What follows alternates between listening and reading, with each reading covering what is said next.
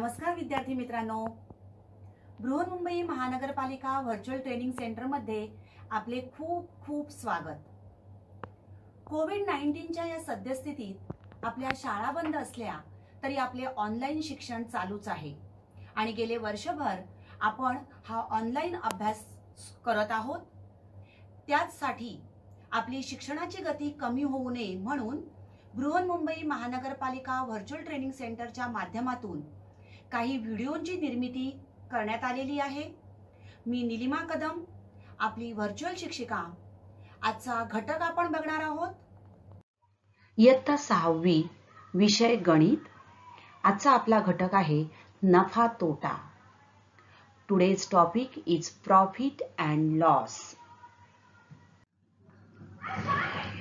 एका उदाहरणातून आपण नफा तोटा म्हणजे काय हे थोडंसं समजून घेऊया।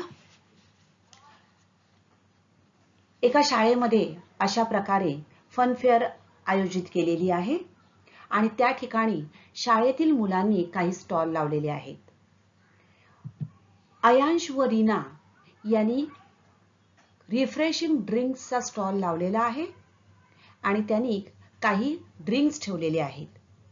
मग हे रिफ्रेशिंग ड्रिंक्स तयार करण्यासाठी त्यांना काही फळं लागलेली आहेत, ती फळं त्यांनी आणलेली आहेत। सफरचंद 120 रुपयाची, लिंबू 35 रुपीज, साखर 25 रुपीज, संत्री 60 रुपीज। तर दुसऱ्या बाजूला प्रणव आणि साहिल यांनी स्टॉल लावलाय। कसला बरं स्टॉल दिसतोय तुम्हाला? येस, वडापावचा त्यांनी स्टॉल लावलेला आहे। आता त्यांना काय खर्च आलेला आहे बघूया आपण। बटाटे 70 रुपये, पाव 45 रुपये, मिरची कांदे 25 रुपये, तेल 40 रुपये। आता दोघांनी अशा प्रकारे साहित्य खरेदी केलं आणि हे साहित्य खरेदी करून त्यांनी आपापलं ज्या काही वस्तू आहेत, म्हणजेच अयांश व रीनाने ड्रिंक्स बनवली, सरबत बनवलं, तर प्रणव व साहिल यांनी वडापाव बनवले। या ठिकाणी अयांश व रीना यांनी एकूण 240 रुपये किमतीचं सामान खरेदी केलं। साहित्य खरेदीचा तपशील। तर अयांश व रीना यांनी 240 रुपयाचं सामान या रिफ्रेशिंग ड्रिंक्सच्या स्टॉलसाठी खरेदी केलं। ओके, तर प्रणव व साहिल या दोघांनी वडापावचा स्टॉल टाकला होता आणि त्यांना त्यासाठी लागलेलं सामान किती रुपयाचं आहे? 180 रुपयाचं त्यांना सामान लागलेलं आहे। आता या दोघांनी अशा प्रकारे स्टॉल टाकले। अयांश व रीनाची 240 रुपयाचं सामान खरेदी केलं, म्हणजेच त्यांची खरेदी किंमत किती आली? 240 रुपये। तर दुसऱ्या बाजूला प्रणव व साहिलची खरेदी किंमत आली 180 रुपये। आता अयांश व रीना यांनी 240 रुपये या किमतीचं सामान खरेदी केलं, सरबत तयार करून त्यांनी विक्री केली आणि विक्री केल्यानंतर त्यांना मिळालेली रक्कम आहे 260 रुपये। किती मिळाली? 260 रुपये। तर प्रणव आणि साहिल यांनी 180 रुपयाचं साहित्य खरेदी केलं आणि त्यांना मिळालेली रक्कम आहे, बघा, विक्री केल्यानंतर म्हणजे वडापाव करून विकल्यानंतर त्यांना मिळालेली रक्कम 165 रुपये। ओके, या ठिकाणी सामान जे खरेदी केलं ती झाली खरेदी किंमत 240 रुपये आणि विक्री केल्यानंतर अयांश व रीनाला मिळाले 260 रुपये। म्हणजेच या ठिकाणी अयांश व रीनाला त्यांनी जेवढे पैसे टाकले त्यामध्ये त्यांना काय झाले दिसते तुम्हाला? Can you guess? Yes, you are right, they got ₹20 extra. त्यांना they have spent 240 rupees, but after giving, that is selling these soft drinks, they got ₹260, means they got 20 rupees extra। त्याला 20 रुपये एक्स्ट्रा मिळाले, म्हणजेच या ठिकाणी त्यांना काय झाला? फायदा झाला। काय झाला त्यांना? फायदा। गणिताच्या भाषेत याला म्हणतात नफा. काय म्हणतात याला? नफा. So in the mathematical language, this 20 rupees is called as profit. What it is called? Profit. म्हणजेच त्यांना 20 रुपये नफा झाला. दुसऱ्या बाजूला प्रणव व साहिल यांनी 165 रुपये त्यांना मिळालेले आहेत. प्रत्यक्षात त्यांनी 180 रुपये खरेदी केली आणि त्यांना मिळाले किती? 165 रुपये. म्हणजेच प्रणव व साहिलला वडापाव विकून रक्कम कमी मिळाली, त्यांचे स्वतःचे पैसे जास्त गेलेले आहेत. बघा, 180 रुपयाचं त्यांनी सामान आणलेलं आणि विक्री करून त्यांना 165 रुपयेच मिळाले. या ठिकाणी काय झाले बघा, 15 रुपये त्यांना कमी मिळालेले आहेत. सो हे पैसे त्यांना कमी मिळाले, त्यांचं नुकसान झालं. गणिताच्या भाषेत याला म्हणतात तोटा. गणिताच्या भाषेत याला म्हणतात तोटा, लॉस. म्हणजेच 15 रुपये त्यांना कमी मिळाले आणि म्हणून हा झाला तोटा. तर अशा प्रकारे नफा म्हणजे झालेला फायदा आणि तोटा म्हणजे झालेलं नुकसान. ओके. बऱ्याच वेळेला तुम्ही बघितलं असेल की आपण जेव्हा सामान एखाद्या घाऊक व्यापाराकडून घेतो त्यावेळेला आपल्याला ते सामान कमी किमतीला मिळतं. मग घाऊक व्यापारी म्हणजे काय? तर त्याला म्हणतात होलसेलर. बऱ्याच वेळेला होलसेलर म्हणजेच काय, तर त्यांच्याकडे खूप सामान अवेलेबल असतं आणि ते प्रत्येक कस्टमरकडे म्हणजे कंझ्युमरकडे जात नाहीत. या ठिकाणी दिसते बघा होलसेल, इनडायरेक्ट सेल. हा होलसेलर आहे. हा काय आहे? होलसेलर. हा डायरेक्ट ग्राहकाकडे जात नाही, कंझ्युमरकडे जात नाही. There is a middle man. मग होलसेलर कडून एक माणूस ते सामान खरेदी करतो आणि मग ते सामान या ग्राहकाला विकलं जातं. हा आहे होलसेलर. आणि या ठिकाणी बघा, हा जो माणूस कांदे विकतो आहे, हा आहे काय आहे? त्या होलसेलर कडून म्हणजे ठोक व्यापाराकडून मोठ्या प्रमाणात त्याने वस्तू घेतल्या आणि आता तो हे कांदे बघा, या ठिकाणी पोती दिसत आहेत कांद्याची. या ठिकाणी हा सुटे कांदे विकत आहे. साहजिकच घाऊक व्यापारी जे आहे, हा व्यापारी काय करतो आहे? त्याची जी किंमत आहे ती किंमत कमी असते. हा जो रिटेलर आहे हा त्याच्याकडून कमी किमतीने ते कांदे किंवा कोणत्याही वस्तू घेतो आणि त्या वस्तू सुट्या करून दुसरी किंमत लावून विकतो. या ठिकाणी याने लावलेली ही किंमत काय असते? जास्त असते. आणि हा आहे कंझ्युमर म्हणजे आपण. बरोबर. तर होलसेलर, रिटेलर आणि कंझ्युमर. होलसेलर म्हणजेच घाऊक व्यापारी. तो एखाद्या रिटेलरला सामान विकतो आणि रिटेलर मग डायरेक्ट कंझ्युमरला ते सामान विकतो.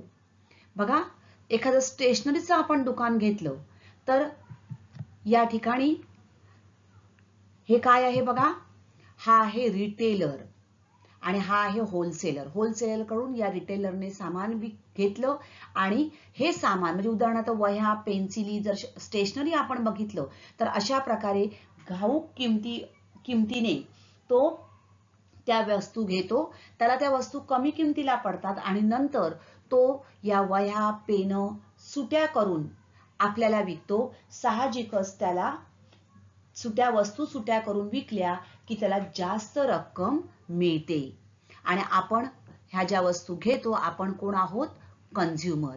तर अशा प्रकारे होलसेलर, रिटेलर आणि कंझ्युमर अशी एक ही व्यवसायाची साखळी असते.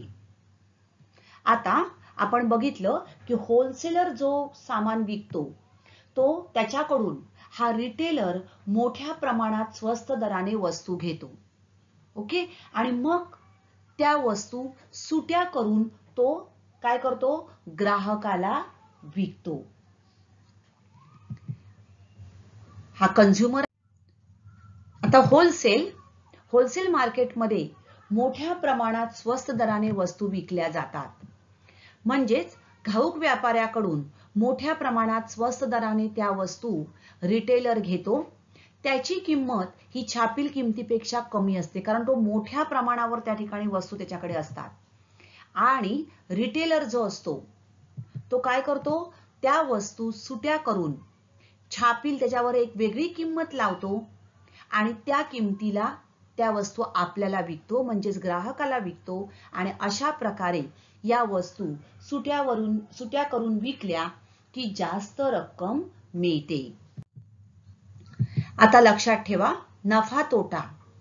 कधी नफा होतो, कधी तोटा होतो, आपण आता अयांश, रीना आणि प्रणव साहिलच्या उदाहरणात बघितलं. तर ज्या रकमेला वस्तू विकत घेतली जाते त्या रकमेला वस्तूची खरेदी किंमत म्हणतात, कॉस्ट प्राइस, सीपी. आणि ज्या रकमेला, म्हणजेच जो रिटेलर आहे तो काय करतो, ज्या रकमेला त्या वस्तू विकतो त्या रकमेला वस्तूची विक्री किंमत, सेलिंग प्राइस, एसपी असे म्हणतात. So cost price and selling price ह्या महत्वाच्या दोन टर्म्स आहेत प्रॉफिट आणि लॉस मध्ये. CP and SP. CP means it is the amount at which a product is purchased. Okay, that is cost price, CP. And SP means selling price. It is the amount at which a product is sold. Okay. Now remember, if the selling price is more than the cost price, there is a profit. खरेदीपेक्षा विक्री जास्त असेल तेव्हा नफा होतो. अयांश आणि रीना, खरेदी किंमत त्यांनी काय बनवलेले होते, सरबत. ओके, आणि त्यांना खरेदी केल्यानंतर, विक्री केल्यानंतर 20 रुपये जास्त मिळाले, म्हणजेच त्यांना काय झालेला, नफा. म्हणजेच लक्षात ठेवा, विक्री किंमत खरेदी किंमतीपेक्षा जास्त असेल, इफ विक्री किंमत म्हणजेच काय, तर selling price is greater than cost price.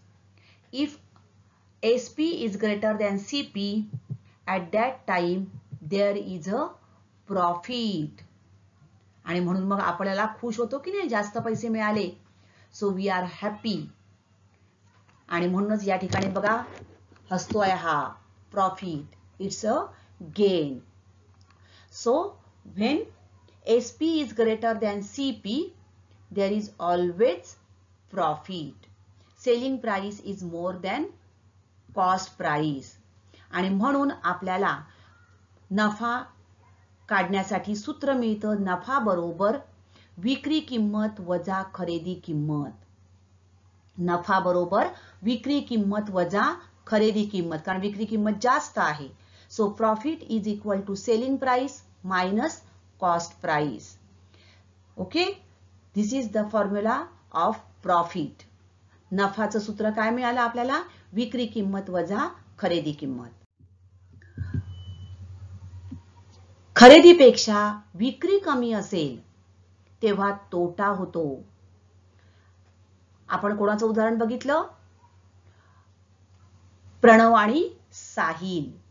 त्यांनी वडापाव विकला, त्यांनी वडापाव किंमत विकल्यानंतर त्यांना 15 रुपये कमी मिळाले, म्हणजेच त्यांनी खरेदी केलेल्यापेक्षा खरेदी किंमत त्यांची जास्त झाली आणि विक्री किंमत कमी झाली, तेव्हा तोटा होतो. If the selling price is less than the cost price, there is a loss. Means विक्री किंमत लेस दॅन खरेदी किंमत. CP is less than SP, then at that case there is loss, तोटा. जर विक्री किंमत ही खरेदी किंमतीपेक्षा कमी असेल तेव्हा तोटा होतो. बघा हा स्माइली कसा दिसतोय, याचं तोंड काय झालं, त्याला तो थोडासा नर्वस झालाय, कारण त्याला काय झालेला आहे, तोटा, कमी पैसे मिळाले, राईट. मग याच्यावरून आपल्याला सूत्र मिळत आहे, तोटा बरोबर खरेदी किंमत वजा विक्री किंमत. तोटा बरोबर खरेदी किंमत वजा विक्री किंमत.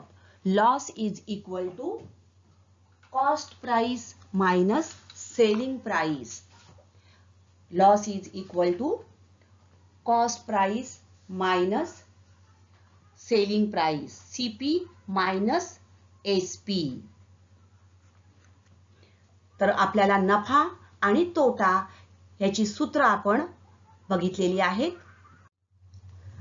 Now look at this example. What is the profit or loss? Cost price is rupees 120 and selling price is rupees 90. So in this transaction, what is the result? Is there profit or loss? Yes. Can you guess? Yes. Here SP is less than CP, right?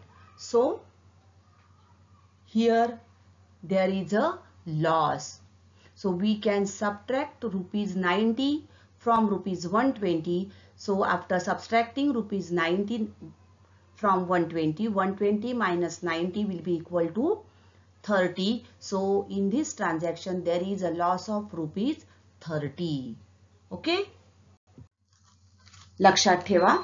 Remember, नफा बरोबर विक्री किंमत वजा खरेदी किंमत. नफा बरोबर विक्री किंमत वजा खरेदी किंमत. तर तोटा बरोबर खरेदी किंमत वजा विक्री किंमत.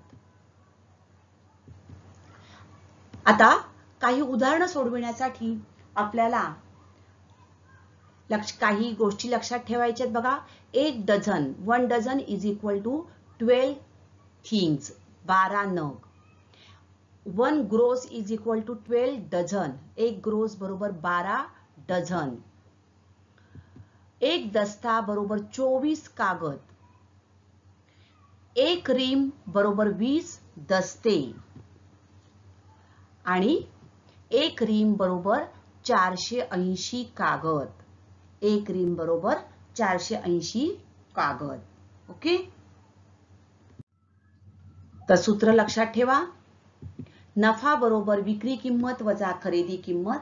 Profit is equal to selling price minus cost price. आणि तोटा बरोबर खरेदी किंमत वजा विक्री किंमत. Loss is equal to cost price minus selling price. यावर आधारित काही उदाहरणं आपण सोडवणार आहोत. पुढील सारणीत खरेदी व विक्री दिली आहे.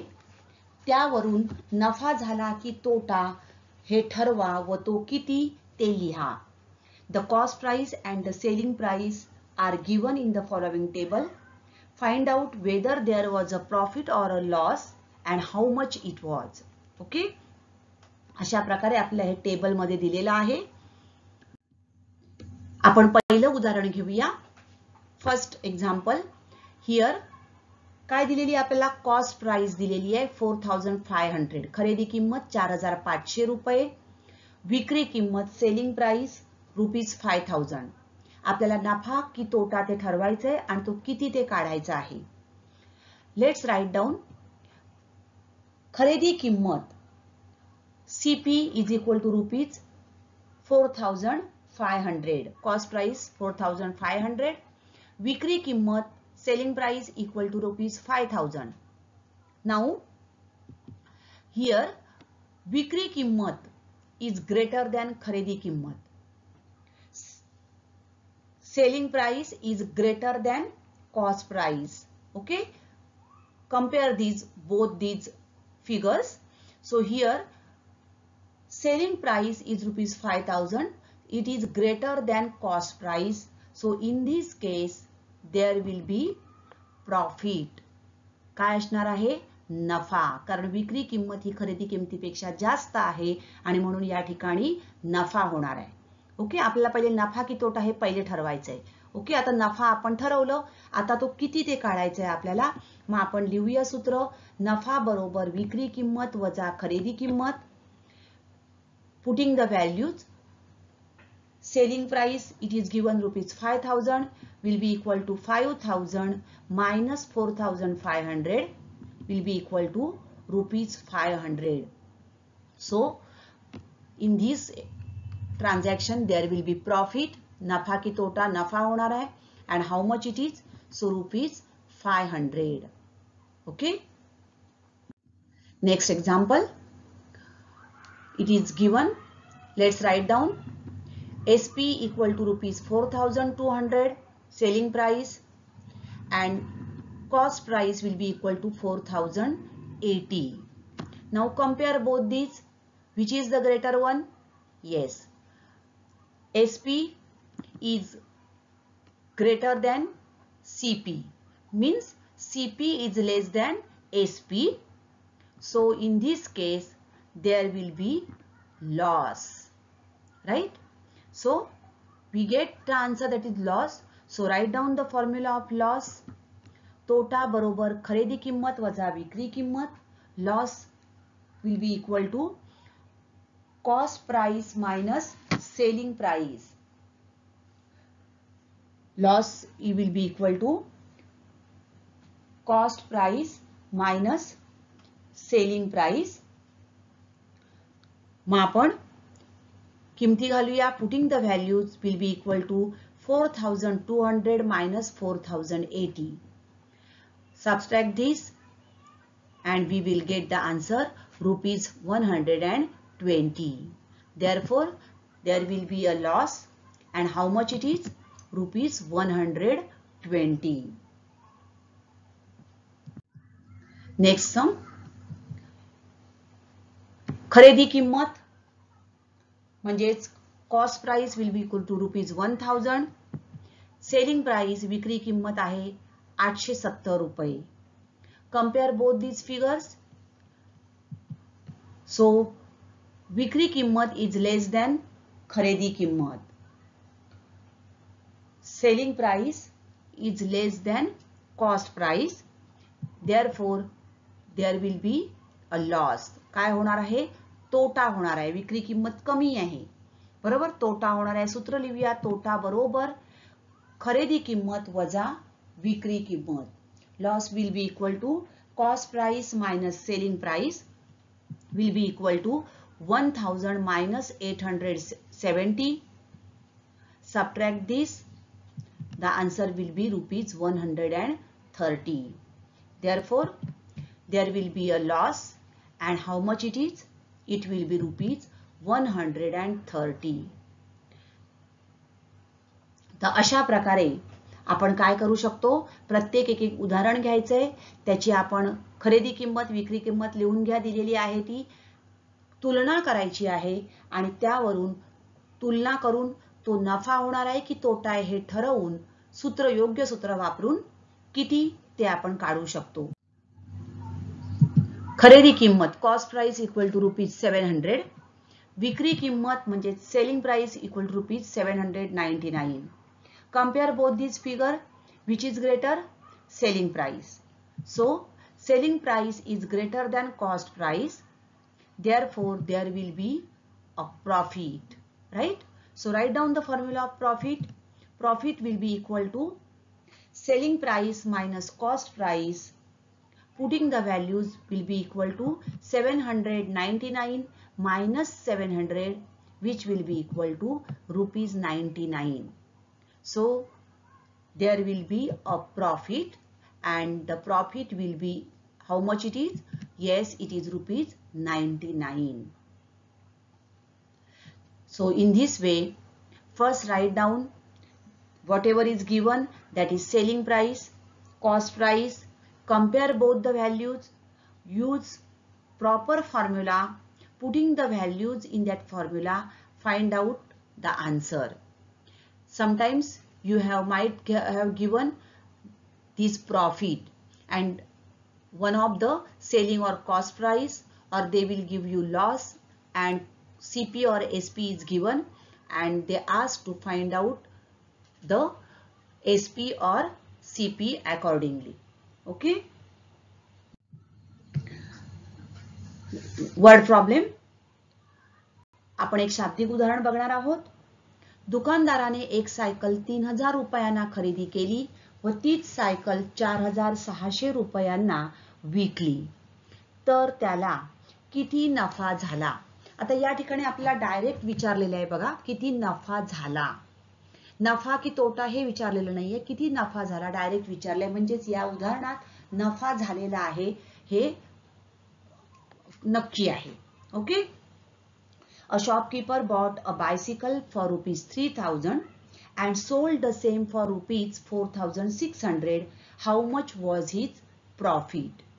Whatever is given, write down. Now see here, 3000 रुपये ही काय आहे, खरेदी केलेली आहे. त्याने काय केली आहे, खरेदी केली. सो खरेदी किंमत म्हणजे cost price equal to rupees 3000 आणि खरेदी करून ती सायकल 4600 रुपयांना विकली. राईट. म्हणजेच विक्री किंमत selling price will be equal to rupees 4600. आता त्याने डायरेक्ट विचारले नफा किती झाला. आपल्याला नफा काढायचा आहे. नफा बरोबर किती. बरोबर. विक्री किंमत ही खरेदी किमतीपेक्षा जास्त आहे म्हणजेच नफा आहे. म्हणून नफ्याचं सूत्र वापरा. नफा बरोबर विक्री किंमत वजा खरेदी किंमत. Profit will be equal to selling price minus cost price. किमती घालूया आपण. Putting the values will be equal to 4600 minus 3000. Subtraction. After subtraction we will get the answer rupees 1600. Right. म्हणून या व्यवहारात त्या दुकानदाराला 1600 रुपये नफा झाला. So how much was his profit? His profit was rupees 1600. Okay. तर खरेदी किंमत विक्री किंमत किती आहे ती बघून घ्या. त्याप्रमाणे किमती लिहून घ्या आणि सूत्राच्या सहाय्याने सिंपल आपल्याला काय करायचं आहे, सबट्रॅक्शन करायचं आहे. ओके. नेक्स्ट. प्रमोदने घाऊक बाजारातून मेथीच्या 100 जुड्या 400 रुपयांना खरेदी केल्या. अचानक आलेल्या पावसामुळे त्याच्या हातगाडीवरील 30 जुड्या भिजून खराब झाल्या. उरलेल्या जुड्या त्याने 5 रुपयांना एक याप्रमाणे विकल्या तर त्याला नफा झाला की तोटा. Pramod bought 100 bunches of methi greens for rupees 400. आता he is a Pramod. He is selling these vegetables. Now he bought 100 bunches of methi for rupees 400. Means 100 जुड्या त्याने 400 रुपयांना खरेदी केल्या. So 400 will be his cost price. Right? So खरेदी किंमत is equal to rupees 400. CP will be equal to rupees 400. Now अचानक आलेल्या पावसामुळे त्याच्या हातगाडीवरील 30 जुड्या भिजून खराब झाल्या. In a sudden downpour 30 of the bunches got spoiled. Okay. So he bought total 100 bunches. Out of 30 got spoiled. Right. So 30 जुड्या भिजून खराब झाल्या. Means how many bunches, methi bunches he left with? So total 100, 30 had spoiled. So उरलेल्या जुड्या, the remaining bunches of methi will be equal to 100 minus 30, which will be equal to 70. So now he is having only 70 bunches, methi bunches, to which he can sell. बरोबर. तो 70 जुड्या राहिल्या जो त्या 70 जुड्या आता फक्त काय करू शकतोय, विकू शकत आहे. आता उरलेल्या जुड्या त्याने 5 रुपयांना एक याप्रमाणे विकल्या. काय केलं त्याने, उरलेल्या जुड्या 5 रुपयांना एक याप्रमाणे विकल्या.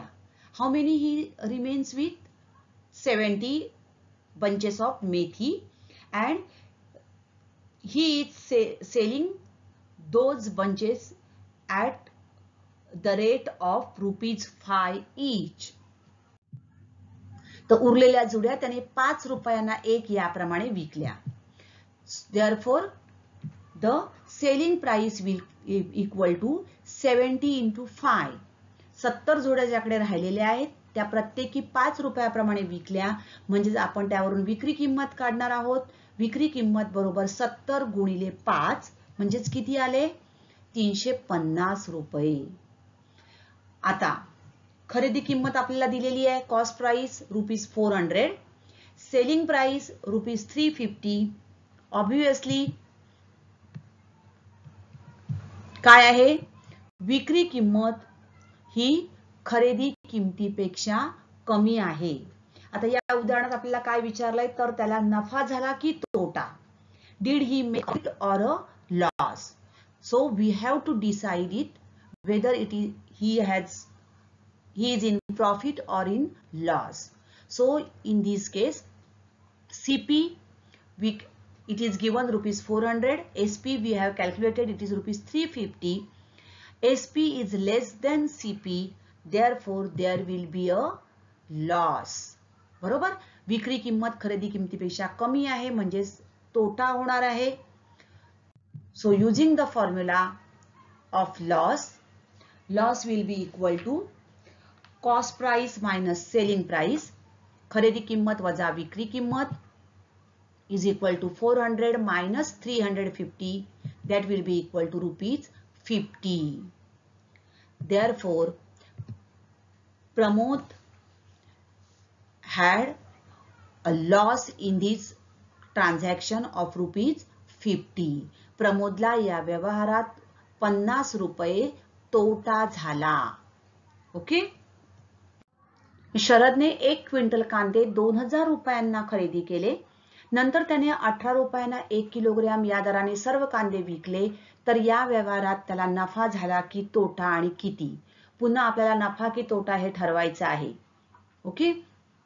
आता 2000 रुपयांना खरेदी केले म्हणजेच खरेदी किंमत आली 2000 रुपये. Okay. Cost price will be equal to ₹2000.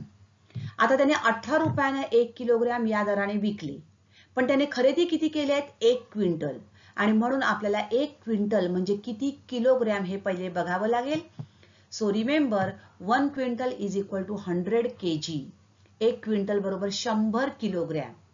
मग त्याने 100 किलोग्रॅम कांदे कसे विकले? तर 18 रुपयांना 1 किलोग्रॅम या दराने विकले. म्हणून विक्री किंमत बरोबर 100 गुणिले 18. बरोबर? मग किती आली ही? 1800 रुपये. आता खरेदी किंमत आपल्याकडे आहे, विक्री किंमत आहे. तुलना करा. विक्री किंमत ही खरेदी किमतीपेक्षा कमी आहे आणि म्हणून या व्यवहारात सुद्धा काय होणार आहे? त्याला तोटा होणार आहे. बरोबर? विक्री किंमत ही खरेदी किमतीपेक्षा कमी आहे तेव्हा तोटा होणार आहे. सूत्र वापरूया आपण. तोटा बरोबर खरेदी किंमत वजा विक्री किंमत. खरेदी किंमत आहे त्याची किती आहे?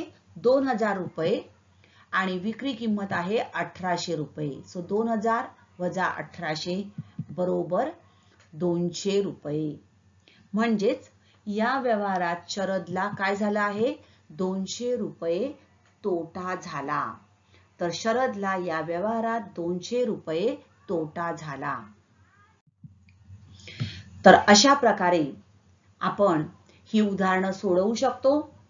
नफा की तोटा हे ठरवण्यासाठी आपल्याला खरेदी किंमत आणि विक्री किंमत याची तुलना करावी लागेल आणि त्यावरून योग्य ते सूत्र वापरून आपण नफा की तोटा हे ठरवलेलं आहे त्यावरून नफा तोटा आपण काढू शकतो. असेच व्हिडिओ पाहण्यासाठी या चॅनलला जरूर सबस्क्राईब करा आणि हे व्हिडिओ पुन्हा पुन्हा पहा. थँक्यू. तर आजचा घटक आवडला ना? अशीच माहिती मिळवण्यासाठी या चॅनलला सबस्क्राईब करा आणि हे व्हिडिओ पुन्हा पुन्हा पहा. पुन्हा भेटणार आहोत पुढच्या भागात. थँक्यू.